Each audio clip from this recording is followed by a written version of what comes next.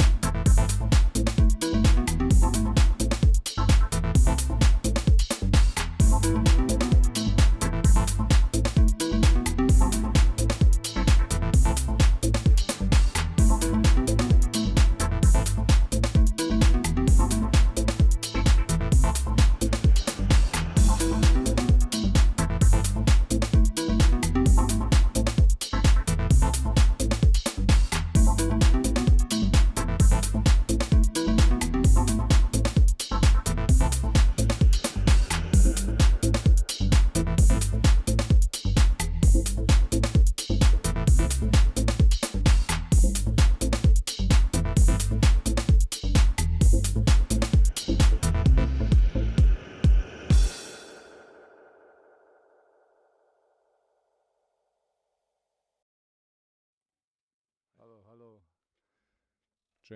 Tremoli se. Hello, can you hear me? Can you hear me? We're just about to start the stream. 3 sekundi ti kasnije. So I hope you guys are around to check it all out. Okay. Well, oh, hello, how are you? Welcome to the stream. Well, we are streaming live here from Laos studio. And yeah, I've been talking to quite a lot of you guys, maybe if you are watching live or not. that we're gonna start something like this, and it took bloody ages to set it all up. But yeah, now it's all up and running. So yeah, I can show you how things work around here, show you my setup, and etc. Well, I'm quite happy to have a latest copy of Ableton 12 beta.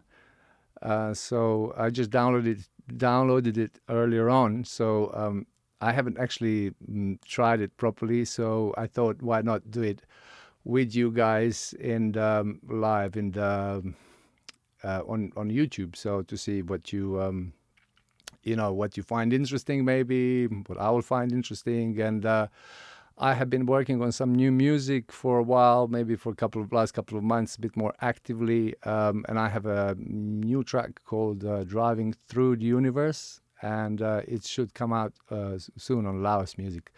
So I'm going to give you like a walk around. So sometimes I'll talk, sometimes I won't talk at all. Sometimes you'll see me, sometimes you won't see me. So just kind of I'm just going to get into it. I'm hoping this stream is to be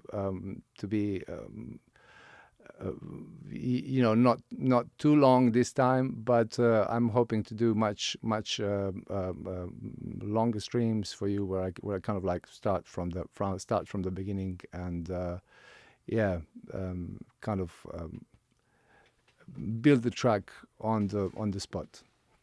So yeah, let's see what we got here. Okay, so yeah, this is the track. Basically, it's like I said, it's in now it's in Ableton. Everything is pretty much in Ableton. It consists of kind of usual things, you know, that go into track like this. So you'll have your like kick and snare and the hi-hats, and some sound effects, things like that, and of course a bass line. I've made this bass line on a Moog Sub 37, and basically I've recorded it in, so you've got it here, right here, and as audio. So yeah, something else I won't be really able to show you from the start, but this is kind of it with this bass line. Bass, actually, I will show you how I made the bass and the kick as well in here, which is kind of still in process, but I'm hoping to get it to sound good soon. I actually have a track here. I've split the tracks into groups, as you can see. So I've got the kit, like a live kit there, basically, and there is in this part, basically, I have my low end, which with all the low instruments, basically low frequencies, but also instruments. Then there are some mid frequencies here. That's how I kind of split it up into drums, mid drums, and these are all the top frequencies from the drums. Here I have the chords group as well, with all the chords, and also I have the groups with all the lines. So they're kind of like acid lines, melodic lines, kind of different things. And also there is a part here with sound effects, and yeah, so kind of like transitions and things like that. So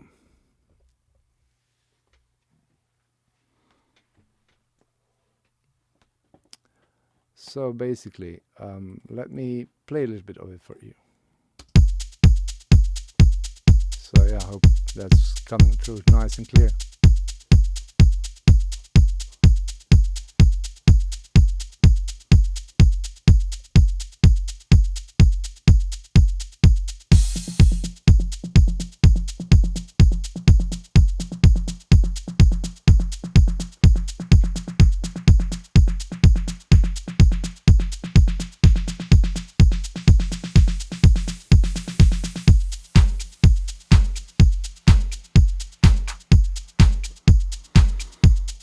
Hello, just to say shout out, there's some shout outs to make.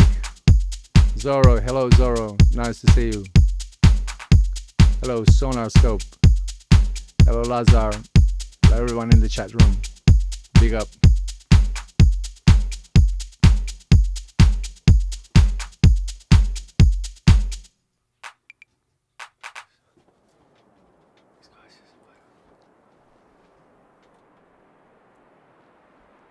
Right.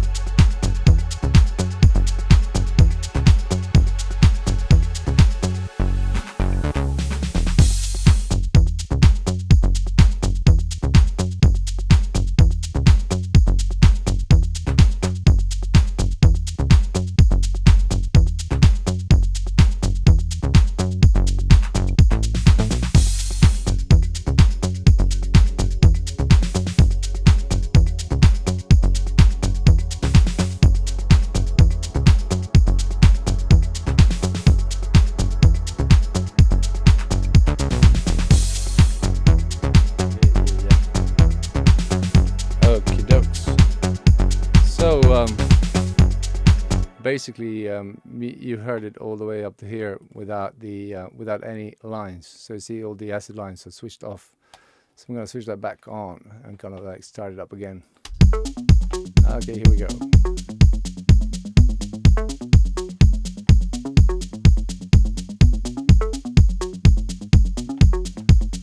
Right, these top lines. Maybe I can show you a little bit of that. So that's like a acid line I made in a Moog sub 37. So basically it's just going through a bit of EQ. Yeah, it's got quite a bit of bass here as well. There. Yeah, but it's quite nice. Kind of like at the top.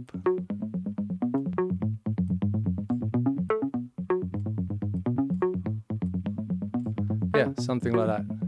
Something like that.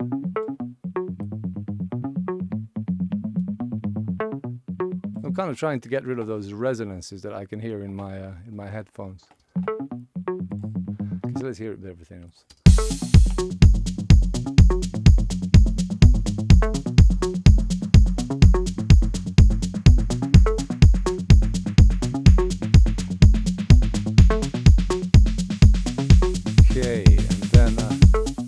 There's a snare, like the snare comes in there. That's quite cool.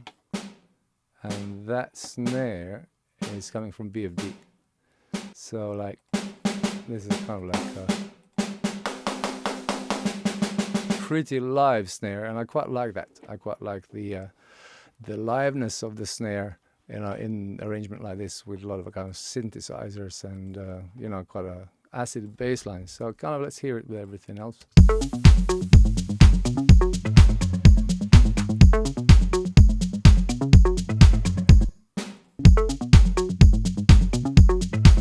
Okay, I'm not doing anything particular to that snare. So if you look at here, there's like a, yeah, in BFD, I think it's recorded quite well.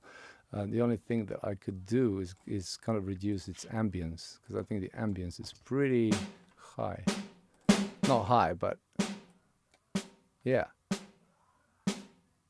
Something like this could be better. Let's try it now.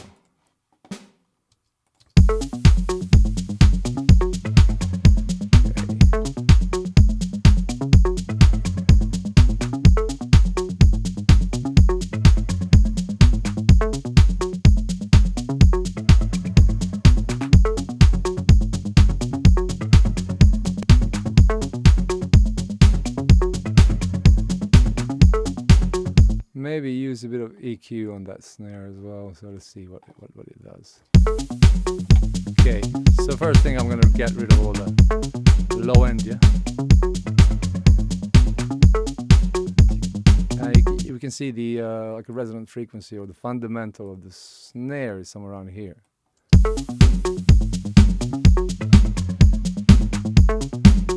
So that's like 200 hertz. If you take that out, you'll get a thinner snare. If you bring it forward, you'll get more beefy snare.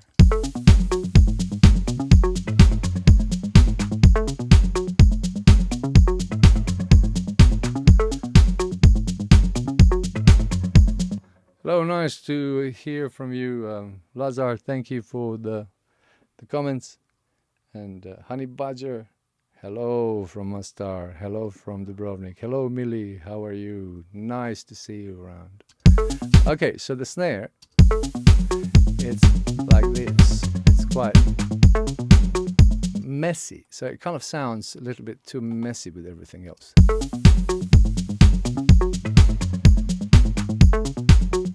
Just like trying to look for a sweet spot for that fundamental frequency.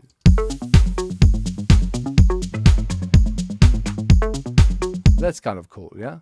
So maybe go for another EQ band and then see what's happening in the low mid area. So this is like around here somewhere. So it's like 400 to maybe 600, something like that.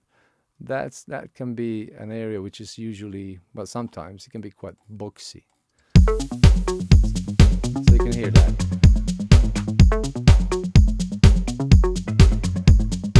Yeah, like that. So I'll kind of try to bring that down with a bit of a narrow EQ like this.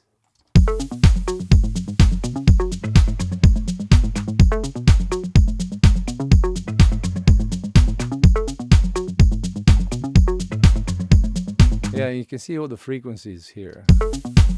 They're quite even on the snare. Yeah, so they're kind of even all the way up. So obviously this has been EQ'd nicely. I know you don't have to EQ it too much, but I can try.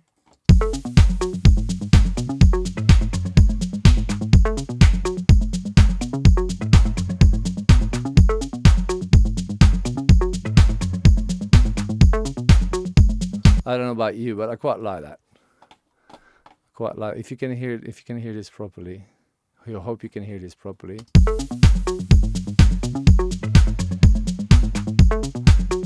No, it was better like this. Maybe not so much.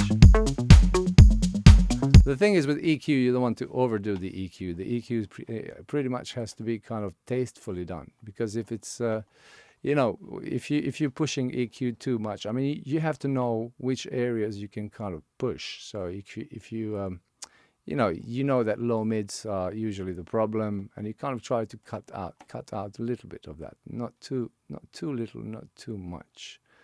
We just kind of like a bit more than a little bit, say it like that maybe. And on the snares, sometimes it can work if you remove all the high frequencies.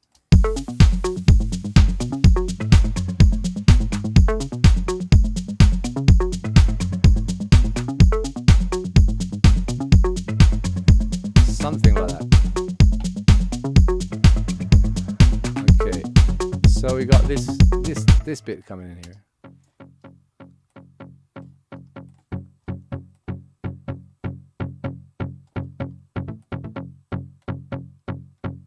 So this is kind of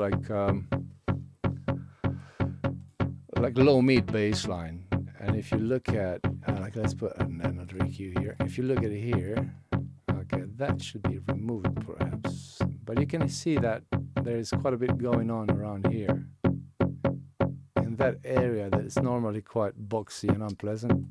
I'm trying to make it a bit more pleasant, so maybe kind of like something like that, so we don't get a hole in that low mid, like a frequency hole, like a black hole comes to frequency.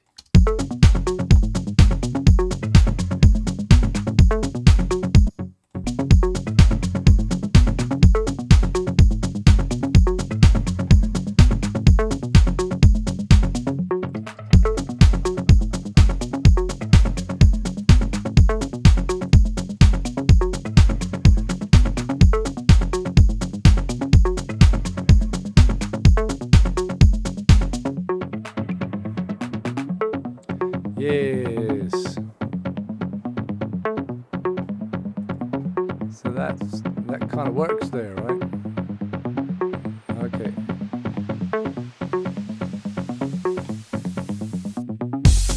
So I quite like to play with automation. So maybe here I can try to automate that filter. So I can automate a filter. So I can just use this EQ, nice and simple. I'm gonna go for this frequency here and kind of automate that. So maybe that can kind of come in lower, something like this. Yeah, and then kind of raise up to somewhere around here, and then fall back down, and then raise up again. Something like that. Let's try it.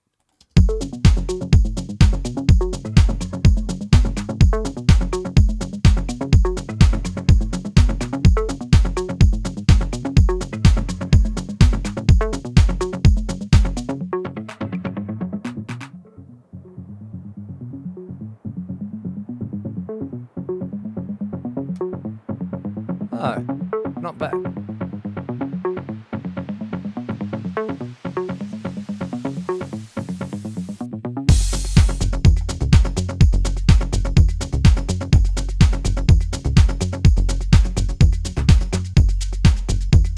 I will leave that as well, maybe. Take it back. Maybe do the same thing. You know, you can copy automations quite easily, like this. So just go Command D and you duplicate them. It might work.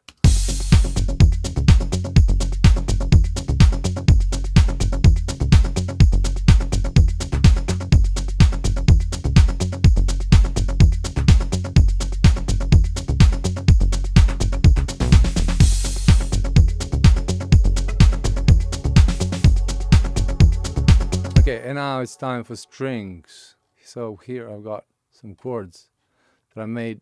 I made something quite, I don't know, unusual maybe for me. So this is what I've done.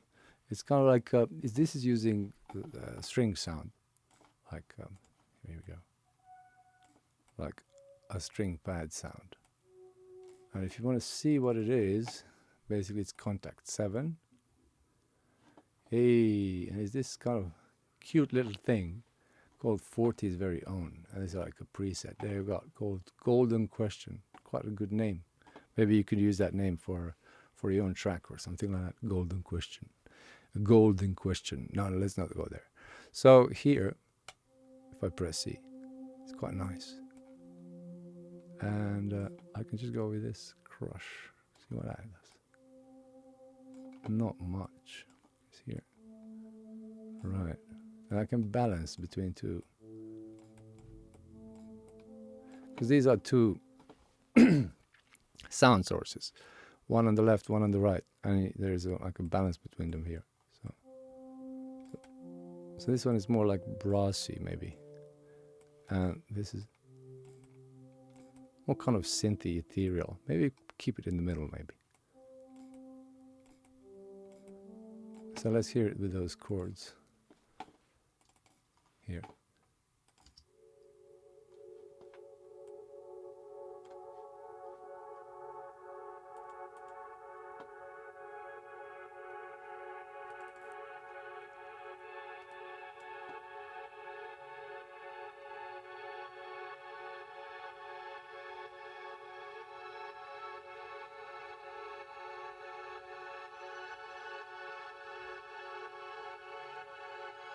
Right. Yeah. And that's how it kind of finishes. And I thought that wasn't enough. So I kind of doubled it up with another instance of Contact 7. And in there, I'm using these. I'm using the string ensemble. So it's basically kind of orchestral patch, but it's kind of divided. So you've got violas here. There is, okay, something is not playing for some reason. Okay, it's because it's not soloed. Here we go, solo it. Okay. So that's probably a filter close. Okay, here, let's try it here. I don't know, I quite like that. Because these high notes are quite thick still. They're not thin. I quite like that. And here you've got the violas, the cellos, there's basses. And then when I've doubled that up with the with that kind of synthy patch, I've got this. Wait.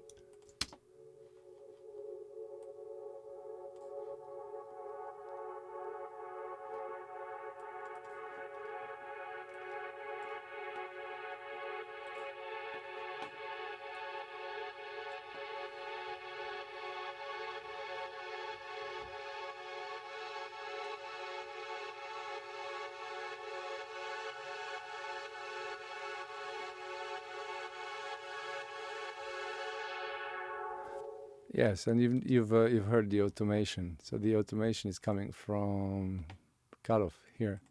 This is the Moog filter from UAD.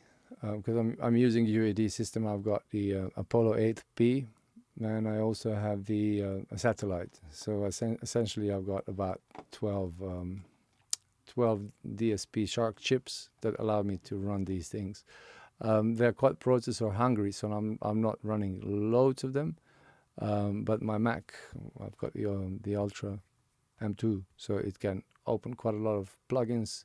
You know, just normal VST plugins, not Shark powered, UAD powered, like this one. But I can tell you that these plugins are quite realistic. So now, okay, so I'm just disabled it. So now, you know, if it doesn't have this, it just sounds like this. But with this, with the filter, sounds much better.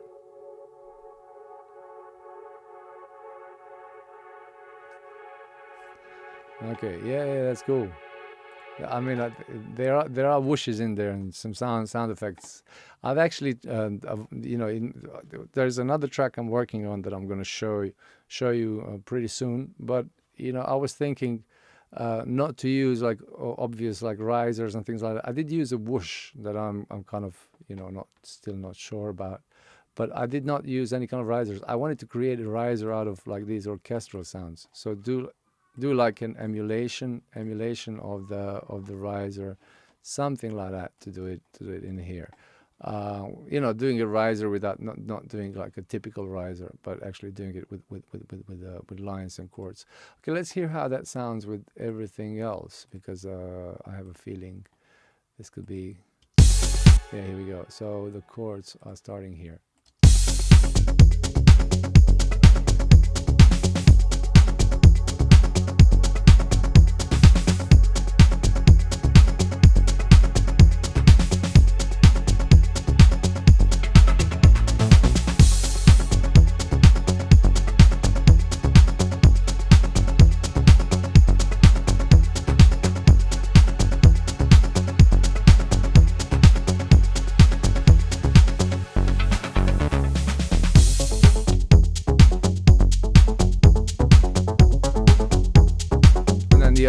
Another acid bass line comes in, this one.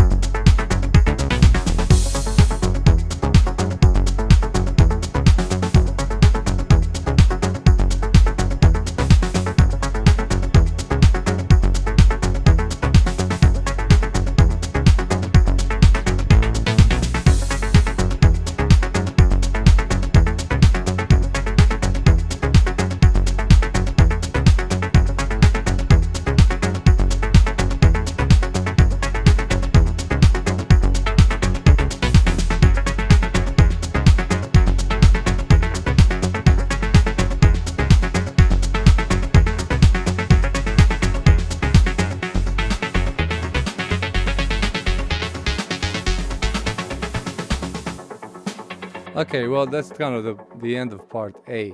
So this is where the breakdown actually breakdown begins. So if I add a locator there, I'll just put breakdown, so we know what that is. So basically, I quite like using these markers because they help to know where you are.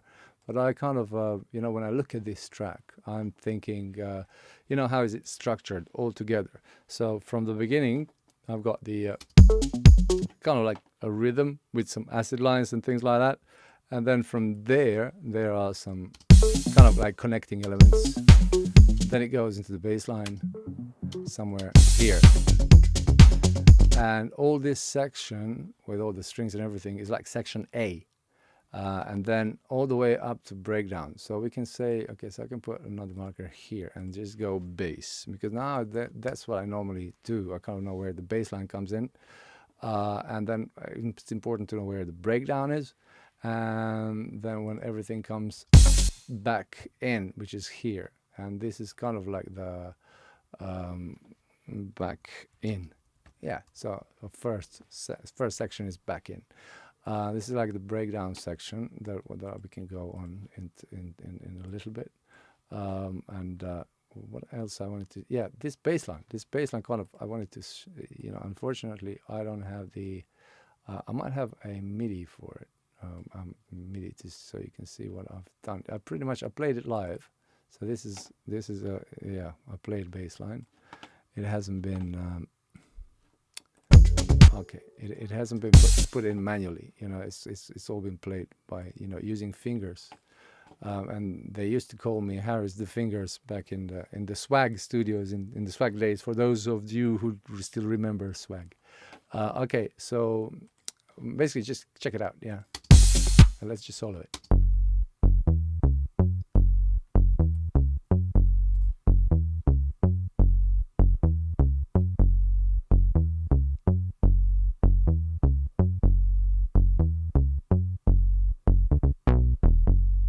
Yeah, there's some kind of filters opening. Like I said, this has been recorded on Moog Sub 37, and yeah, it's got like the filter closed down, and then it opens up here. That's here. Yeah, that's kind of what I like to do. It's like to play with the cutoff, and sometimes the amount of modulation too.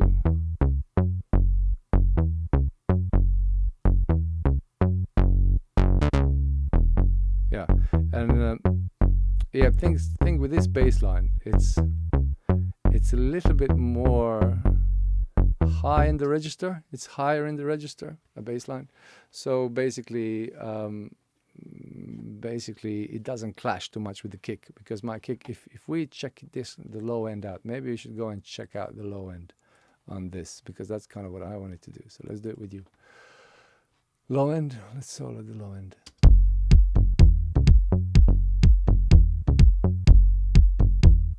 There's some toms in there as well. Maybe we can turn them down a bit, or maybe just EQ them a little bit.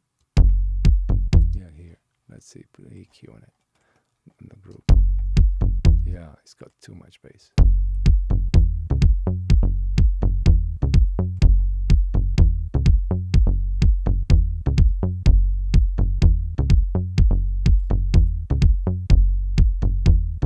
That's better. Yeah, you have to remember that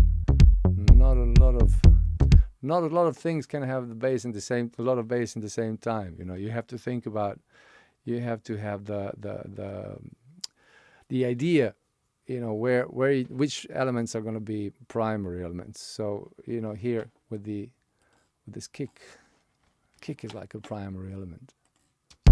So if I go into the kick, yeah, and I kind of, this kind of quite a fat kick. I don't know, how is it sounding on your speakers?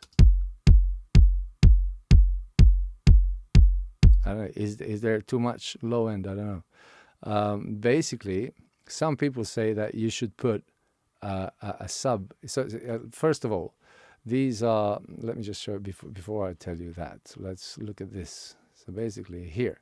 So here you've got on this right side, there is like a sample, kick sample that I've made using analog rhythm. So it's electron analog rhythms. AR is for analog rhythm.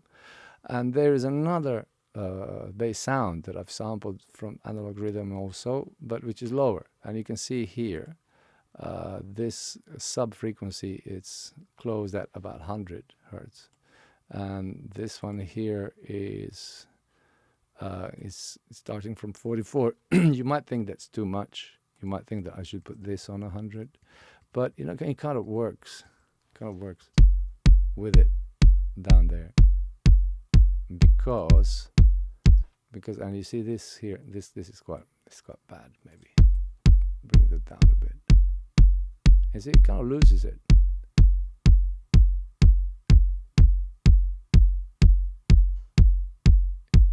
I know that this track is in G sharp, so G sharp is 47.5 hertz or something like that. I think 40 depends who's got the measurement. And what I did, I've distorted this kick a bit. Look, here, using this decapitator. So yeah, I mean, I could cut the low out here as well, but I think that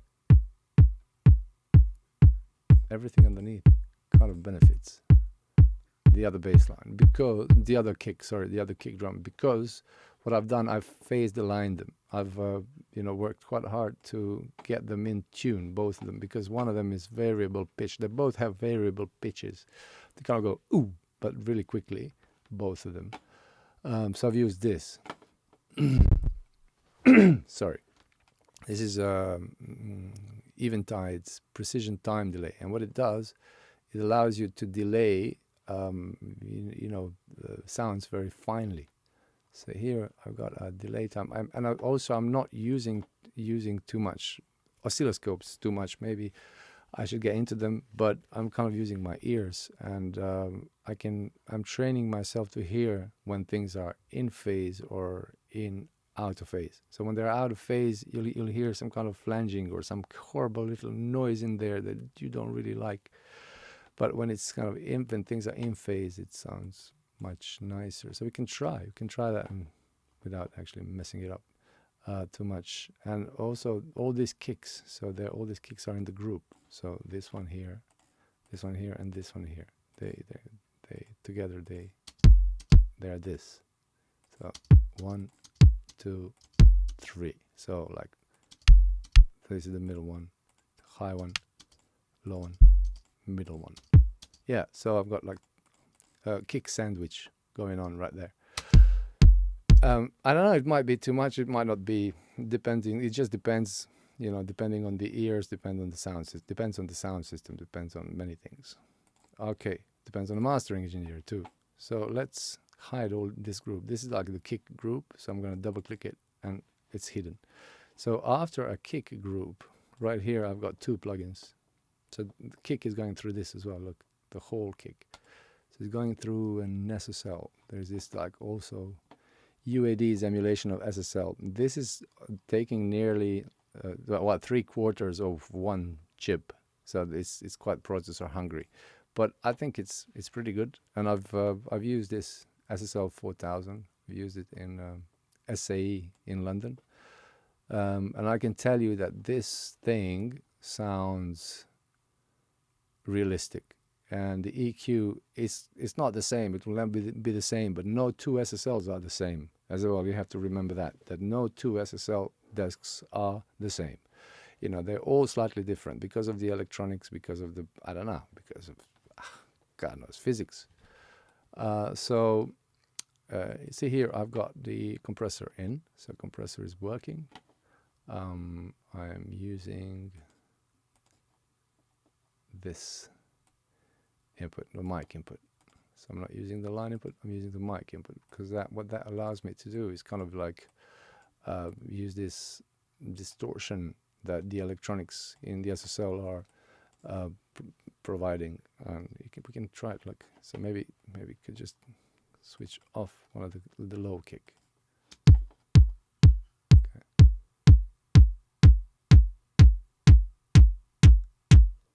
So I can crank it up quite a bit.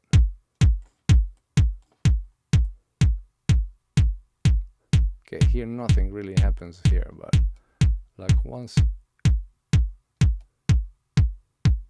it starts going over that, yeah, that's quite a nice punchy kick, I'll say, but not for this kind of music. But you know, you can see what it does to sound. You don't have to do this extremely, you know. Just do it until it starts cracking. That's what I do. So this is like without it. Okay, it's lower in volume as well, but it's less distorted too. If we go a little bit higher, there we go. Just there. So like overloading a touch, like overloading and a bit. And the compressor on SSL is quite good. It's quite sharp. You don't have attack here, so you can just go default attack or fast attack, which is like really fast. But default attack will give you a snap. Just you'll have to be careful not to overdo it, because the SSL snap is like the snap that doesn't allow you to sleep, you know, because it's kind of really horrible. Okay, so if we, this is no compression right here. So you can see this here is for the amount of compression.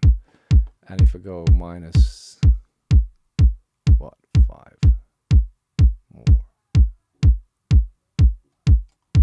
Aha, sorry, my ratio is on 1. So let's go 2. Okay, here we go. See?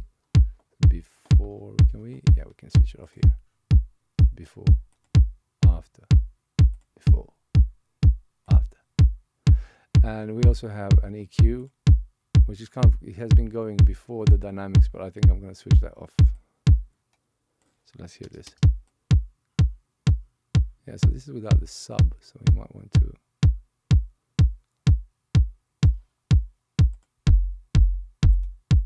See, the sub now is really loud. See, the sub can be this as well, but that would be too much. I don't know. I know some people that make music like that.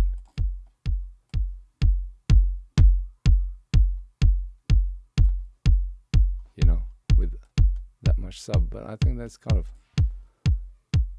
I mean, that's, you know, that's really gonna boom in the club. You know, if you go to this, I mean, this is really music that is meant to be played in clubs. We'll go back to the phase. So let's just hear this. So here you've got the sub, which is kind of equal level, the same level as more or less. Let's see if that works. Yeah, here we go.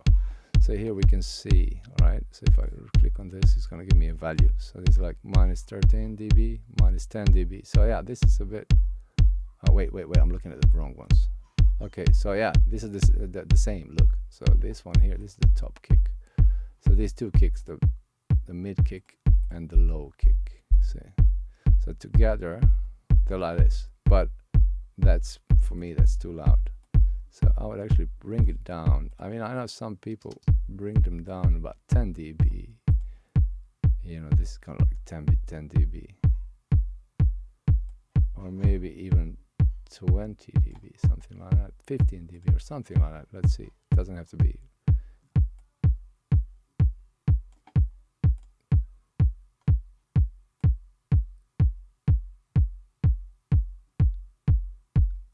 I don't know, just you know, it will depend of the track, of the context of the track. And I always think that these sounds are a little bit dull, so I kind of go for a sample that has kind of like a bit of a punch, like this one here. So this sample has quite a bit of punch. Let's see.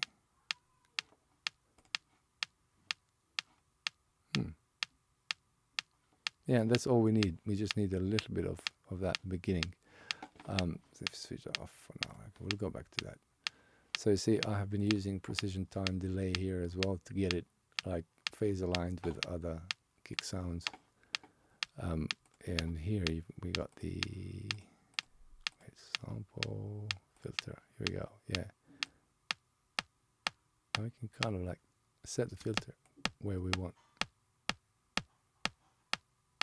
It just depends. Like sometimes it works better when the crossover point is like, you know, when they're crossing over, the frequencies are crossing over each other. So like these two.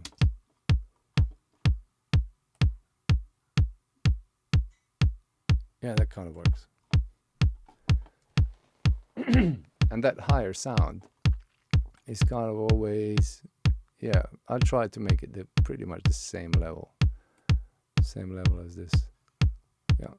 And then the bass, the low. Here we go. Okay, and then we can go back to the kick for that kick there. It's not doing anything, so let's take it out. Let's go to the SSL. Yeah, it's overloading. Good.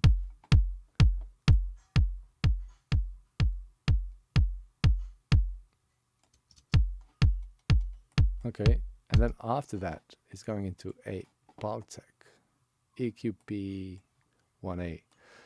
So what this plugin, why I like this plugin, is because it lets you attenuate, so reduce or take down a frequency, and as well as boost it. So let's go.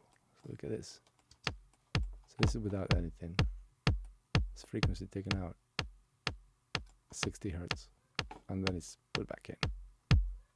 Whoa. See the difference?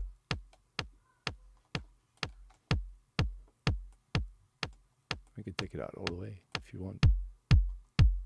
Really, at the end of the day, it just matters how it sounds. You know, you can look at these numbers and go, oh, I shouldn't go over that number, shouldn't go over that number. Yeah, you shouldn't do it so harsh. Yeah, you should. I mean, you should do anything that you want to do to make your track sound good. You know, if it's, you know, if it needs pushing, it's pushing. If it doesn't need pushing, of course, you know, you're not gonna distort the hell out of it, because, you know, nobody will want to play it. So yeah, I mean, we can nerd out on this kick forever. I'm telling you, you know, we can definitely play with it until, let's say, the dogs come home or something. I can't remember. Until maybe somebody can help me. Okay. Low end. Let's listen to the low end. Okay, the bass is quite loud as well here, like. Quite like that. Turn it up a bit.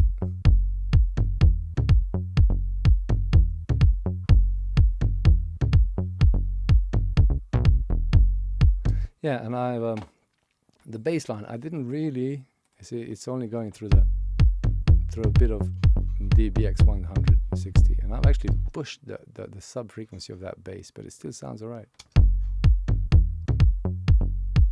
See without it. That.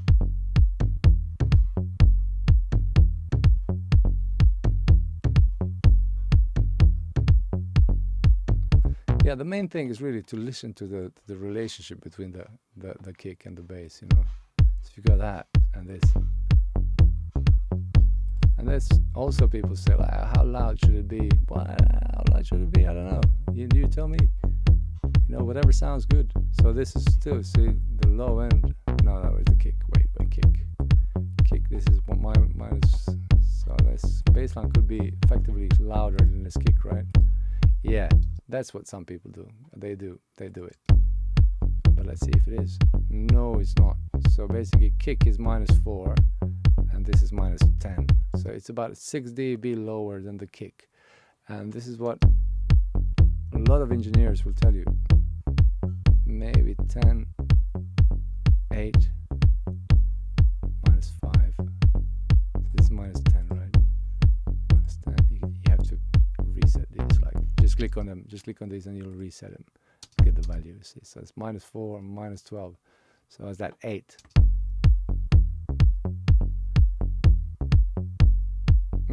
Yeah, that's pretty cool, eh? And then let's hear the toms. See where they are. You see, but these toms have a little bit. They're a little bit unnecessary if they're low.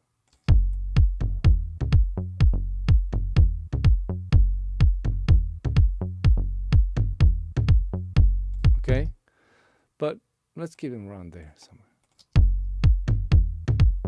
Louder than the bass line? No, they should not be louder than the bass line. 7. Yeah, maybe lower. Something like this. Okay, let's keep them there. It's fine. So let's hear the whole thing. Let's turn it down a bit now. You know what? We have to do something about that crash, because that crash is like crashing my head, honestly. Let's see where it is. Here it is. Okay, so I think it's here. Yeah, there it is. It's just some bonus crash. Look, bonus crash. I've got the bonus crash, mate. Yeah, I've got the bonus crash for you, mate. Yeah, yeah. Have you got a bonus? Can I get anything as a bonus? Yeah, you can get a crash. So like bonus crash. That's quite cool. Right? Nice bonus crash.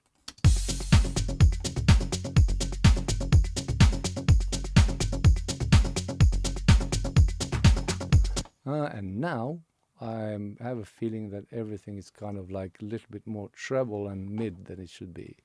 I don't know, you know, just I'm doing this on headphones as well, just so you can hear my voice very clearly. Otherwise, you wouldn't be able to.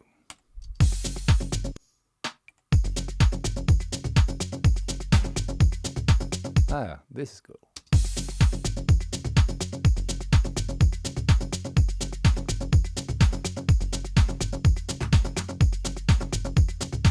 Yeah, that's nice. So maybe this with it too.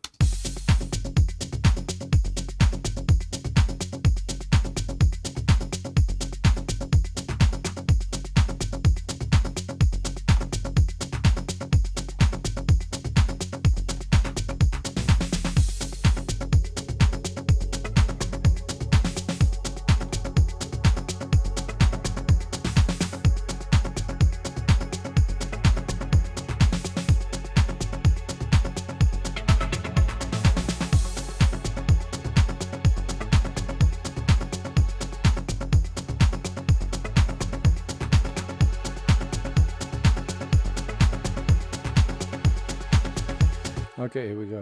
Right here, I have a feeling that those chords might be a little bit too loud. Let's bring them down a bit. Something like that.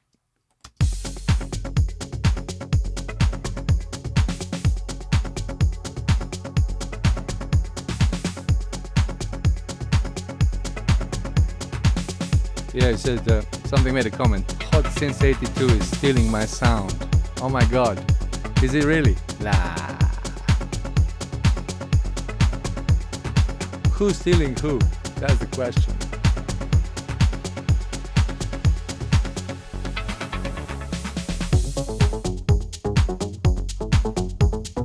Yeah, it's kind of even these lines just became louder somehow. Yeah.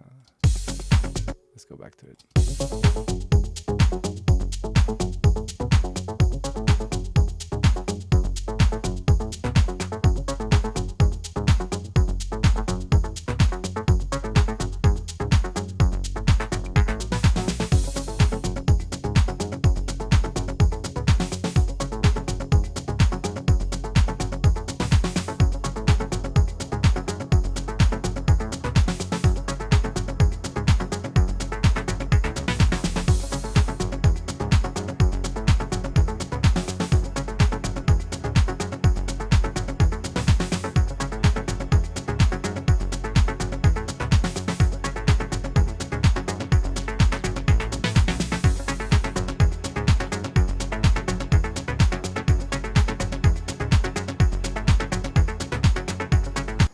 Got the whoosh coming in right there.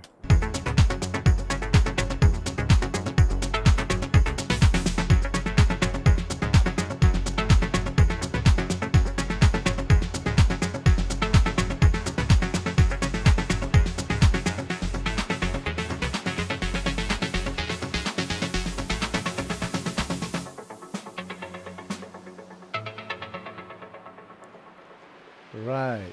Here we go, right here. Oh, I just skipped it. Let's go back to that part.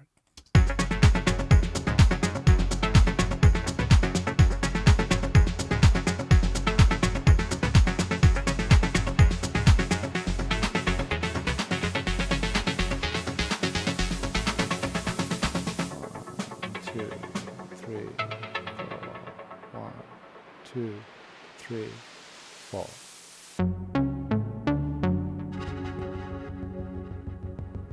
So we go into a breakdown right here.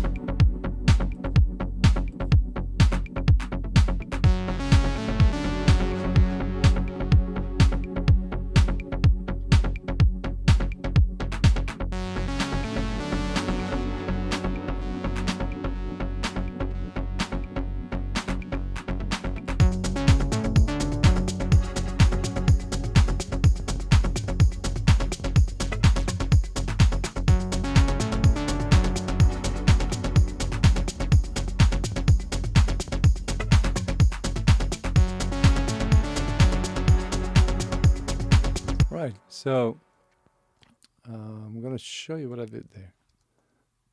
You see right here before when it comes in, when that comes in, I kind of like to filter it down to like close the high frequencies right there, but not for everything.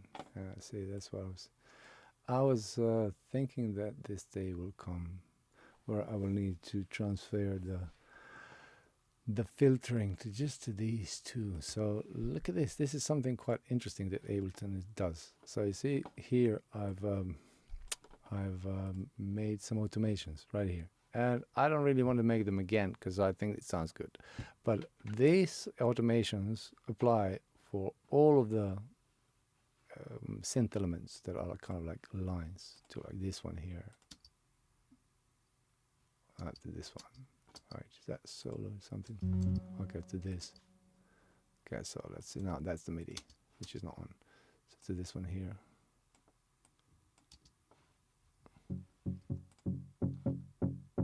Yeah. So it's all going to this group right here. So this is all grouped into this. So I'm kind of making groups inside groups.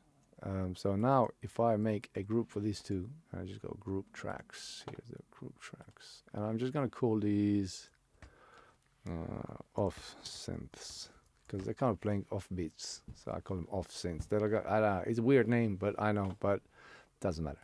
So now this plugin here is on this other channel, so it can be any channel. Now at the moment it's on the whole group, but I actually want to apply it just to this sound, just to these two sounds, which are in their group called off synths group. So look what I do. So take this plugin, I copy it, so I can right click on it and also copy, yeah, or I can go and say cut, which is going to take it out completely, but it's going to leave it in my RAM, I think. And now I'm going to go to the group with all synths, and I'm going to paste that.